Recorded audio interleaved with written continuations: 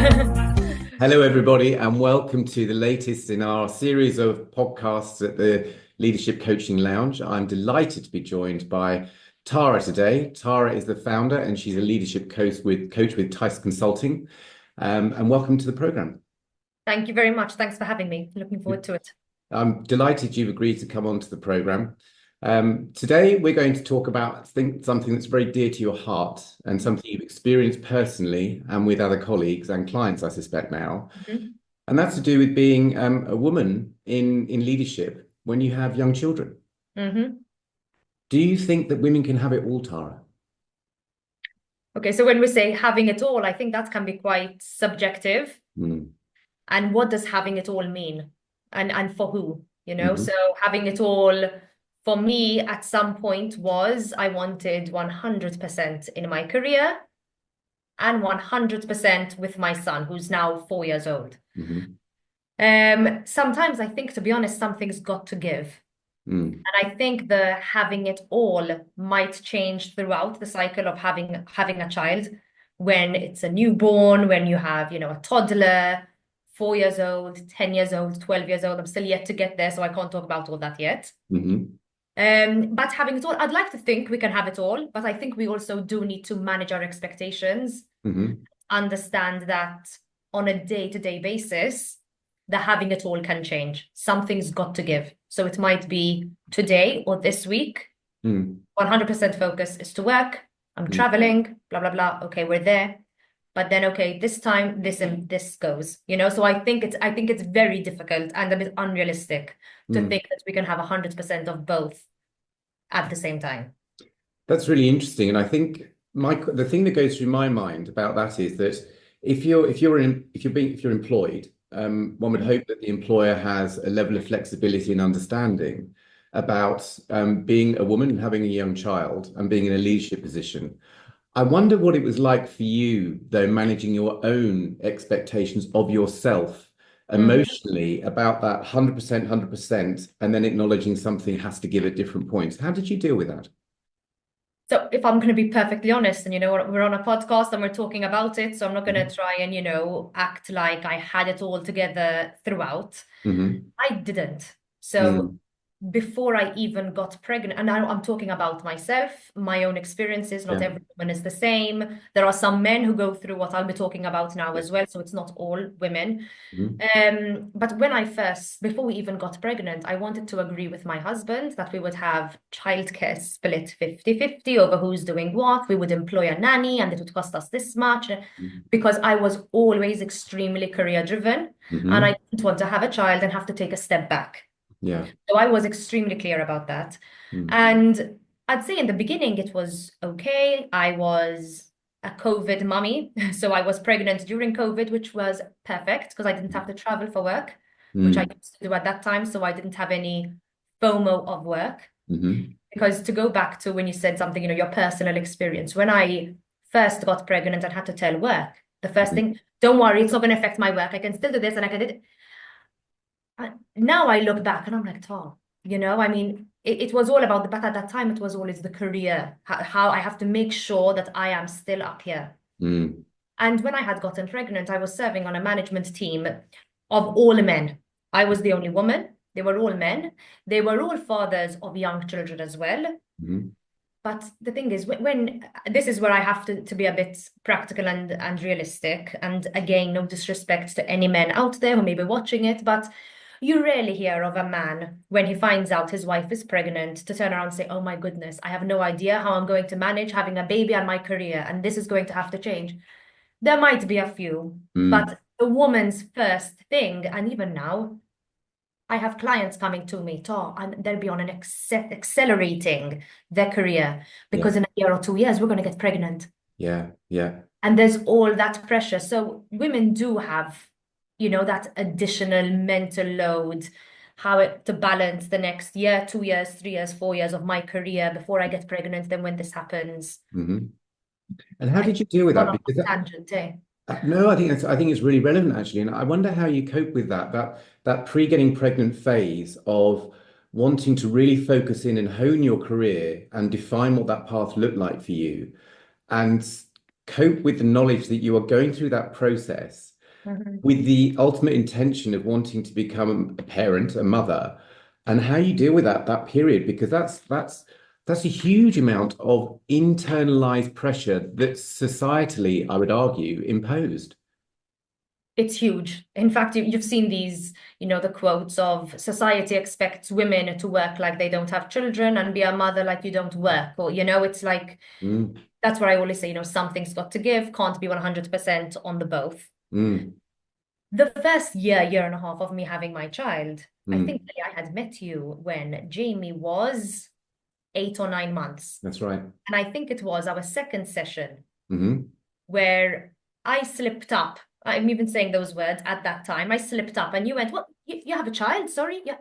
Because I was so much when my son was still 8 months that I wanted to be perceived as Tara, the career woman. I am Hmm. working. If they think I have a child, they're going to look at me differently. I won't be able to get a promotion.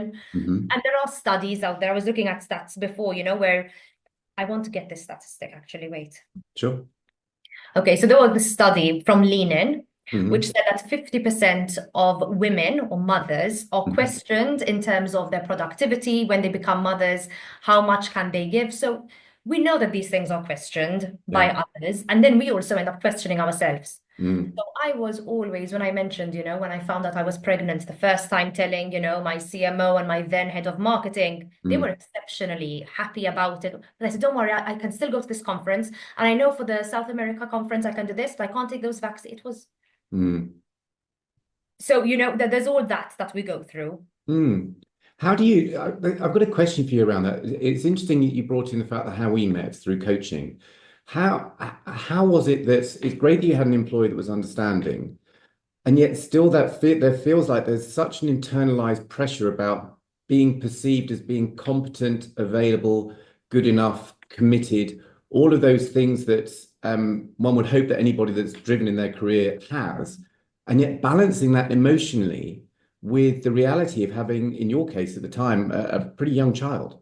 I would say it's exhausting. Mm, And that's why women are more prone to burnout than male counterparts. We balance, when you say you can't have it all, and mm, the emotional burnout, you could say, of being a mother. But mm, there's also the physical and practical idea. Let's say you have an employer who's going to mm, be very flexible with you and says, you know what, you can work till 2 o'clock, you're mm. available till 2, and then you catch up in the evening. Yeah.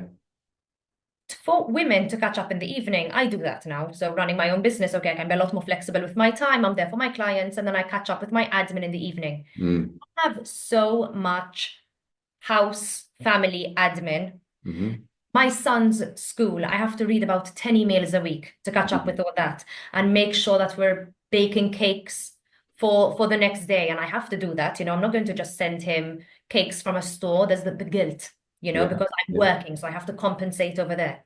Mm, When I used to travel to the US, mm-hmm, so a couple of days before you travel, you're extremely busy with work because we've got a massive conference, exhibition going on or whatever. Okay. mm, Then I'm away for about a week. You're traveling to the US. You have 6 to 7 working days, including mm, weekends where you're away. mm-hmm, And then you come back and you're jet lagged. mm-hmm. There is no way in hell I could come back from a trip and sit on my sofa and watch Netflix. The Mhm. guilt of my son not being with me Yeah, before, yeah, during, and then after. yeah. This is something where I say, what can an employer do? I think even Mm-hmm. just having the understanding Yeah. that again, I hate, pointing at the men or women without children or younger women, but naturally, it's all about a level playing field. Mm-hmm. And mothers of young children, we have to say it, they are not on a Mm-hmm. level playing field. They do not have the same hours in a day that someone else would have. Mm-hmm. I think it's really important, though, at least for there to be that empathy and that kindness from Mm-hmm. people who are on their team. Even if when I had a baby who was 8 months, Mm-hmm. I have a meeting at 9 a.m. I was awake with my son all night. He was really sick. Now be kind when you're on that meeting with someone. You don't know what that mother or the new father went through the night before. Yeah, So yeah. when you talk about the exhaustion, the empathy. How do you, I understand very clearly there's a number of women I coach that have been in exactly that position you described. How is it now that you're on the other side of the fence, so to speak? So you are now coaching. How do you find there are themes that women in the similar situation you've spoken about, do you find there are themes that they present to you with? So I have a lot of clients at the moment who are not yet mothers. Mm, They have specifically come to me because they've said, Tar, I've seen what you've done with your career. You have a young child. Can you help me? What's going to happen when I become pregnant? I hmm won't be able to travel then. Or they're now really trying to get a promotion or exposure to very high projects because hmm they know in 6 months they're going to start planning for a family. hmm Or they're very unhappy where they're working, mm, but next year we're going to try for a baby, so I can't leave. mm, Oh my goodness. I understand them because I was in the exact same position. You do not mm, vote, you leave everything as it is. It's comforting. I'm going to be questioned. Now, on the other side, I want to shake them, but yeah, I have to obviously coach properly. yeah, But because you're a woman or because you're a mother, mm, the different attitude that I have now and that I had in the last, I would say, 2 years. mm, Before, you remember how Kelly with you as my coach, 8 months hmm baby, I didn't even tell you I had a baby until it slipped up hmm on session 2. hmm Now I own it. yeah, Everyone who meets me, how are you, Tara? Yes, I'm half English, half Maltese, married to a Spanish. I have a 4-year-old boy. They ask, oh, how sweet. I'm like, yep, you want to look at a photo? I'm one of those now. yeah, Because now how I've taken it is that's my son, that's my life. And if whether it's going to be clients or a business partner or an employer or a manager who's hmm not going to be supportive or is going to look at me differently, even if they don't verbalize it, they're going to hmm question my capability of working or whatever. You know what? Great, you've done me a favor to like turn your head the other way. That's mm, the attitude that I have now, but it has taken me a while to yeah. become so confident with that. And that's a really interesting point. And I think that that can take time. I think to get to that point where you feel confident enough to be able to express yourself in that way. What do you think it is that employers can do differently in order to provide that psychologically safe space for women that have the intention to become parents, Mhm. and yet still safeguard, I guess is the right word to use, still safeguard their space professionally? Mhm. So, very good question. I love that.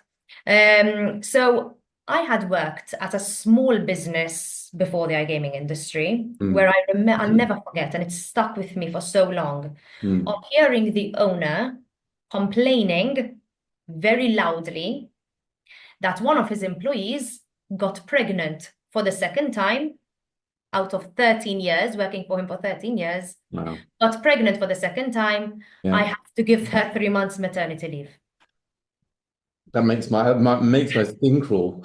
So that was about 15 years ago, I think. Mm, That sort of comment stuck with me mm, until even I got pregnant because I thought, oh my goodness, now they have to give me.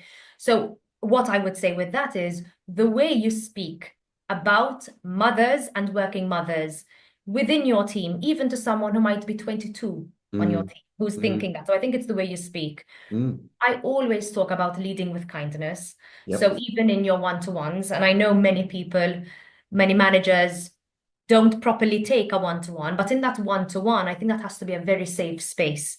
Yeah. How are you feeling? What's going on with you? You have to Mm, make sure that they feel comfortable. mm, When I mentioned I would travel to the US or whether it was Europe and I come back exhausted, mm, yes, many companies offer you time in lieu and you can take your time back or whatever, okay.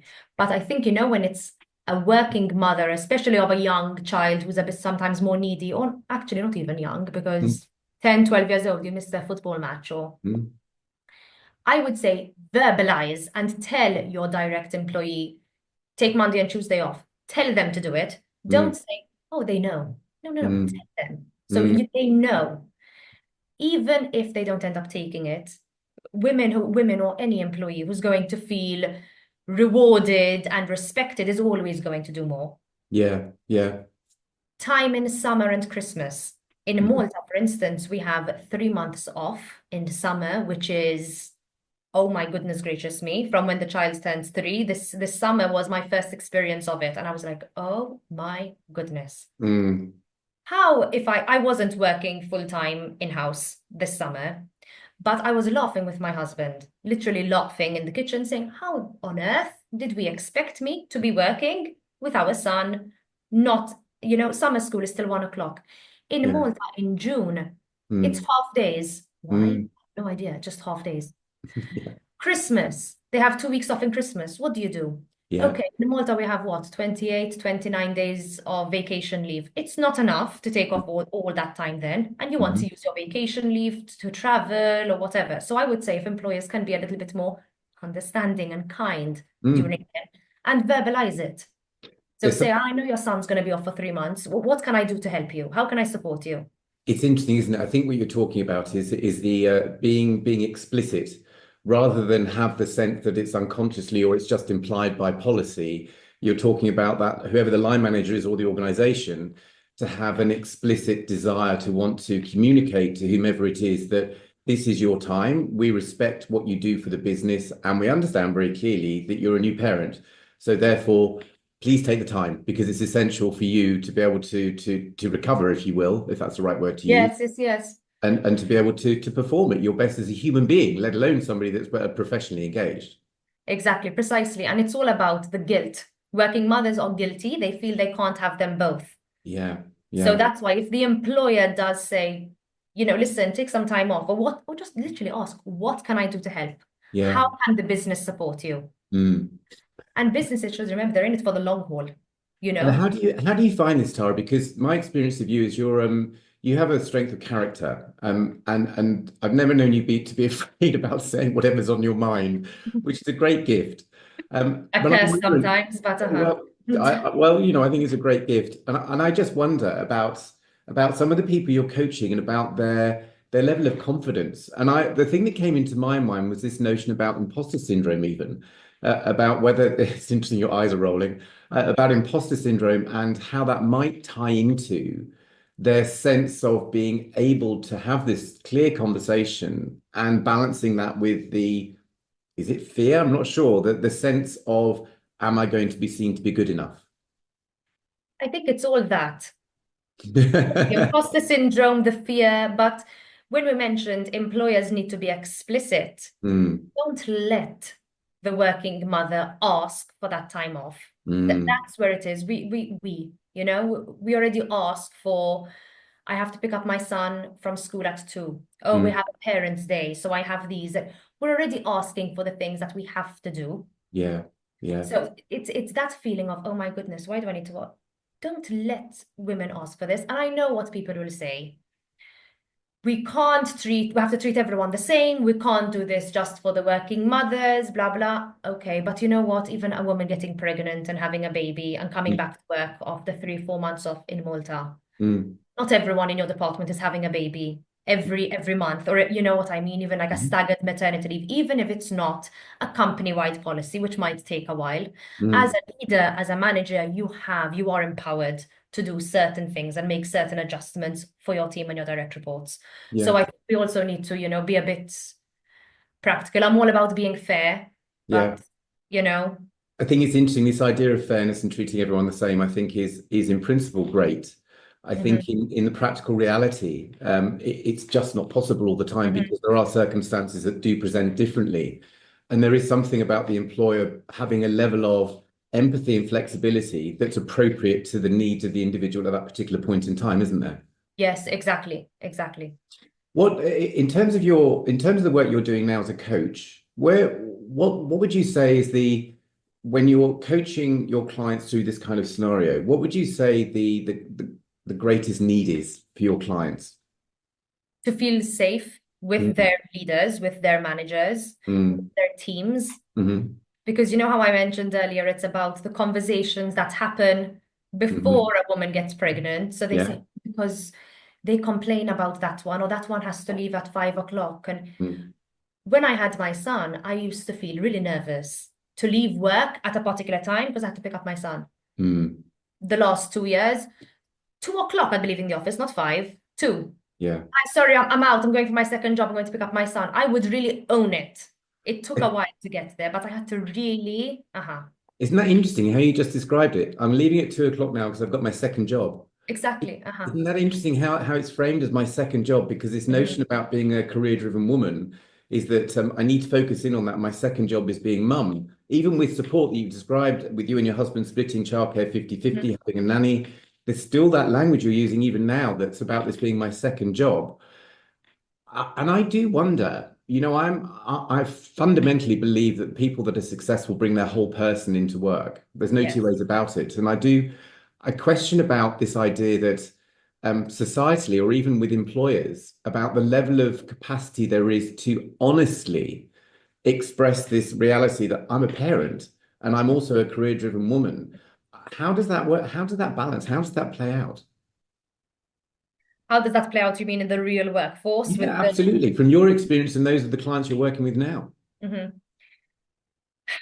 I don't think it's easy. Mm, For sure, it's not easy. And I mean, even if I had to compare my personal situation with my husband, I know I said before I got pregnant, we said 50-50. mm, It was never 50-50. But that's fine. That was our family decision. Every family is different. mm. The last leadership team I was part of, it was Yeah. very interesting. We had two highly driven women, Mm, very senior position, heads of. mm. Their husbands were the stay-at-home daddies. Right. It was amazing. It's not very common, and it was amazing that out of three women, we had two of them, you know. Mm. I'm going off on a tangent. What was your question No, exactly? you're not going on a tangent at all. I think you're answering the question. It was to do with how it is that you manage to balance it, because there is societally, and I wonder about this. This again goes back into the imposter syndrome piece for me to do with. Mm. We know that imposter syndrome. We know from all the research impacts women more than it does men, and that's very clear from historical research in the 70s about how it is that women are perceived and how men are perceived, and therefore how that's changing. And I think that change, from my experience, is starting to permeate, is coming through, but it still feels like very slow progress sometimes. And I wonder about for women that want to have children that are career driven as well. I wonder how much further does that have to go before you feel, from your experience and those of your clients, that there is some level of parity and some level of real understanding and acceptance of that reality. I think there's still a long way to go. Mm, If we compare to the 1920s when women first entered the workforce, mm, great. But then once they got married, they were expected to take a step back. And hmm. still nowadays, more women, there's a higher percentage of women who stop working because they have to take care of, family duties or whatever. It's typically the woman who does that. I think there's still a long way to go to Mm, get to where we are. But I think it all starts though with the mentality, the perceptions, mm, the way we talk to each other, the way it's okay to come to the table and say what you're going through, or to say, mm, I have a baby. I just feel I really feel for women and for the clients who I have coming to me who are mm, on these accelerating ladders. They feel mm. they can't move. They feel they can't ask for a pay rise Right. because I got pregnant and they gave me 3 months maternity leave. Okay. What? I Right. can't ask for a pay rise because I finish work early, but my responsibility has increased. No, but I have to pick up my son 3 days a week from school and take him to karate. Mm, No? mm, mm. So thinking about those things and coming towards the end, I think, of this particular episode, if you think about from your own experience and those of your clients, what advice, if you think about the top three things that you think you would offer as advice now, what do you think those top three things would be, Tara? Top three things, advice to clients. You mean not to an Yeah. employer? Top three things that you've experienced in yourself, and therefore the advice or the guidance you might offer to clients in similar situations. Okay. So I would say number one is you've got to know that it's your choice. And I Yeah. think that for me was the turning point when I stopped being ashamed or Mm, hiding that I was a mother and I'm gonna. So I said, I owned it. This is hmm. the decision that me and my husband and my family have come to. And if that means Mm, it's my choice to take a small step back or put the brakes on my career for 2 or 3 years until we've found our feet, fine. So that's my choice. Whatever way it's going, it might be your mm. choice to accelerate your career, but wherever it's going, you own it. Yeah. Two, whenever we talk about the imposter syndrome and confidence and all that, what I like to tell my clients is go to court. So I would say go to court with yourself and Yeah. write a list of why you're not entitled to that promotion, that pay rise. What evidence do you have that you know, oh, I'm going to get a new job and I'm going to be questioned? So I would say go to court. Mm-hmm. And three, um, very difficult to not do, but drop the guilt. So, you know, I mean, something's got to give on any given day. Just let it go. Do your best, and that's it. It's really interesting. I think what I'm hearing in those three things quite clearly is about moving from being at the effects side of the equation and going back to the core side of the equation. And at the core side, we make conscious and positive choices for our lives, and therefore no longer are the effects. So the guilt being the effect side. And I think that's a really powerful place to be, and a struggle by the sounds of it, from listening to what you're saying, from your own experience and those of your clients. Well, I think thank you very much for this, Tara. I've really enjoyed getting your insights into this, and I hope our listeners will too. And I hope you'll come back on again in the future and talk about other aspects of your experience and your journey, and also the work you're doing. Absolutely. Thank you very, very much. Then I can talk about the older children, because now it's still 4 years old. So let's hope we get you back before 8 years' time. Thank you very, very much. Thank you.